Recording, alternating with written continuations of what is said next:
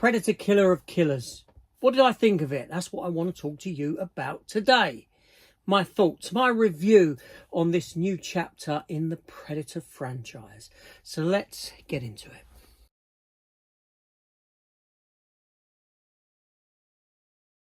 Hi everyone and welcome back to the channel. Welcome to my thoughts, my review of Predator Killer of Killers. This new animated Predator movie that runs for 85 minutes with an R rating that dropped just the other side of the weekend. I watched it within the first day of it dropping, and I've sat and I've thought about it. And I want to give you my opinion on it now. So there might be spoilers in this, so please beware. So Predator Killer of Killers is this new animated film that comes at us from Dan Trachtenberg, the fella who brought us the much loved new Predator franchise movie Prey from a few years back. This is an anthology film in that it has 3 separate stories in it. Actually, it has 4. It comes together at the end. Now, I surmised a while ago that there was a 4th chapter within this film that we hadn't been shown. Although I guessed wrongly, I thought it may have just been a 4th story in another timeline that wasn't shared with us. But it wasn't. No, but what we got here is we got 3 separate stories of predators hunting individuals in different time eras. The first one is set in the year 1841, Anno Domini, Scandinavia, with a Viking warrior woman called Ursa, who confronts a predator. The second timeline is set in the year 1609 in feudal Japan. We'll come back to these. And the third one is 1942, World War II, the Battle of the Atlantic.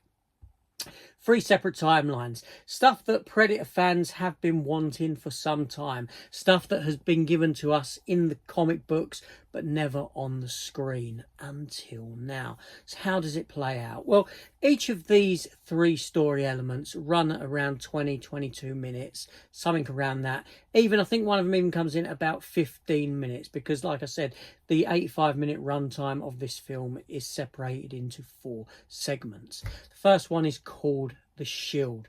The Shield being what the Vikings use. Like I said, it's a Viking set story of this character Ursa, who goes after the Krivins and their leader Zoran for killing her father when she was a young child. She goes, seeks revenge. She has her son with her. She is a mother, and she gets into the Vikings. They kill all these people. The Predator's watching them, like you do, through its heat vision, all this sort of thing. They get into it with a predator, a massive big predator. Whether it's a big predator like the sort of predator we got in the movie Predators, not Predators, The Predator, sorry, all these Predator titles, or whether it's just a stylized version of a predator, I believe it to be the latter, nothing more. And they defeat it, they dispatch of it, and she kind of then wins. She loses her son, but she appears on board this ship at the end, a predator ship with a fella kneeling there. At which point I started thinking to myself, do not go down the time travel route. I don't want time travel in a Predator series. The second story focused on feudal Japan and 2 brothers, Kenji and Kiyoshi, who are young boys who are kind of forced to fight. One of them kind of doesn't want to fight, and he's dishonored, so to speak, and he goes off and he becomes and grows up as a ninja. He comes back to try and defeat his brother again. Predator comes along, fight with a predator, blah blah blah, that kind of a thing.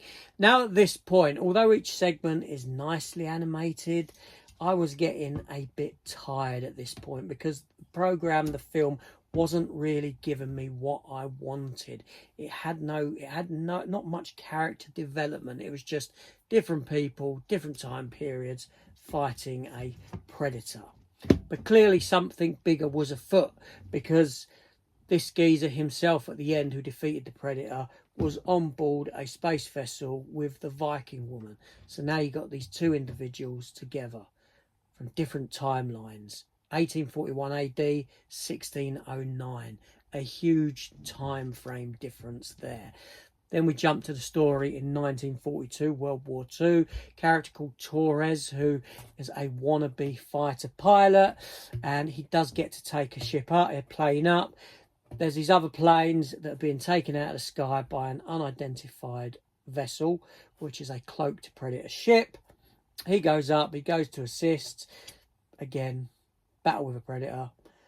He again takes that Predator down. How many Predators are losing here? Loads of them.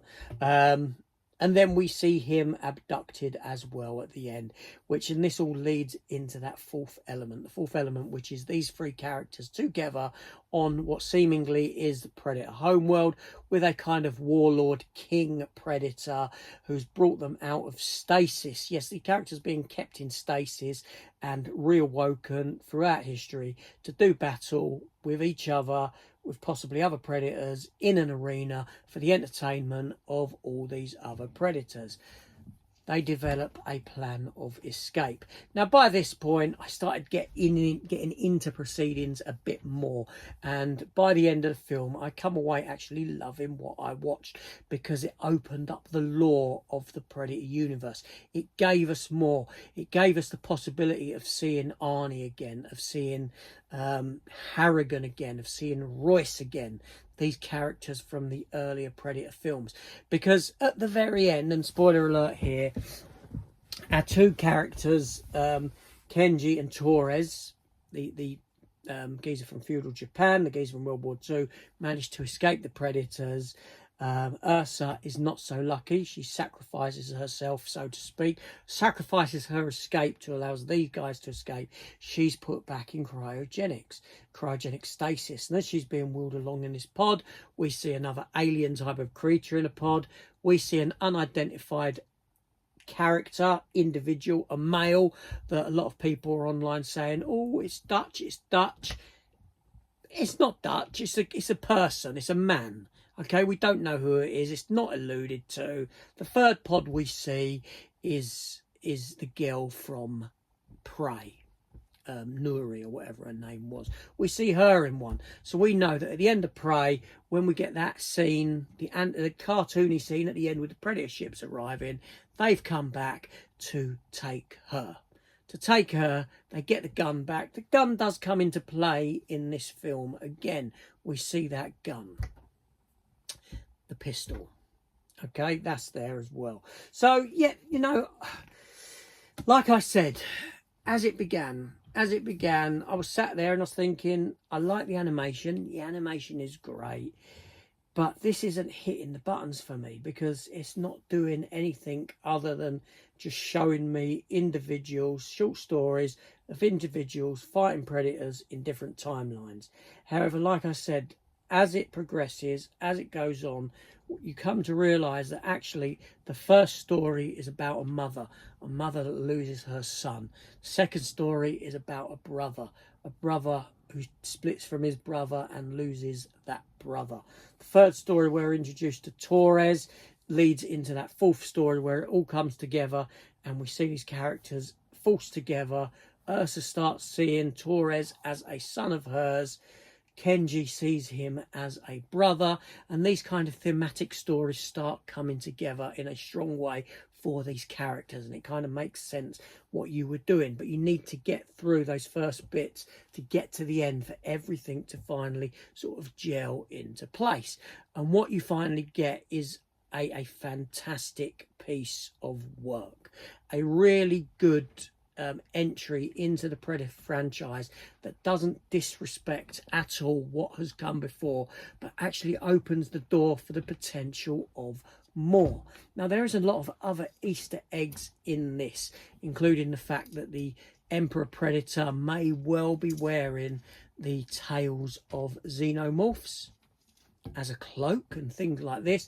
There's all these little bits that kind of hint towards this wider world of what we could eventually get down the line. And I say down the line because Alien vs Predator isn't something that I want to see off the bat. I want to see that later.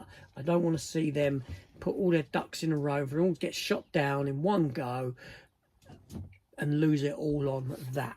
I think it needs to take its time. So overall, yeah, this is a good film. We've also got the voice cast in it of Michael Biehn. Michael Biehn voices a character in the World War II segment. So does that now put him in that small bracket of individuals that have been killed by a Terminator, a Predator and an Alien, or been killed in those films? Because previously it was Bill Paxton, then Bill Paxton joined by Lance Henriksen. Now you can add Michael Biehn to that list as well. Yeah, I was thoroughly impressed with this. Not only that, it leaves a lot of questions. It leaves a lot of questions to be answered. Okay, because the Predators themselves, them giving Harrigan that gun at the end of Predator 2 as a gift, does that suggest that this film here, this latter fourth story part, is set between Prey and Predator 2, or did the Predators go back and actually get Harrigan again, and get that pistol back, kind of take it for him? Because we don't know at what point in time this fourth segment is set. This could be somewhere in the future, and we see these characters again brought into another Predator movie, Prey 2, if you will, set sometime down the line around the same time as Predator Badlands. We don't know, but this is where it opens up the door for the characters of Dutch and Harrigan and Royce to potentially come back, although a couple of them actors may be far too old to pull this off again. But yeah, so for me, really enjoyable stuff. You had to stick with it. You have to see it from beginning to end to be fully rewarded by this experience. I believe that Predator is in the best hand it has been for a long time, in the hands of Dan Trachtenberg. He kind of has a direction for it. He knows where it wants it to go clearly, and he's offering up some new interesting stuff for this franchise that builds this world much bigger while keeping elements of the old intact. Let me know your thoughts on this one down below in the comments section. See you soon.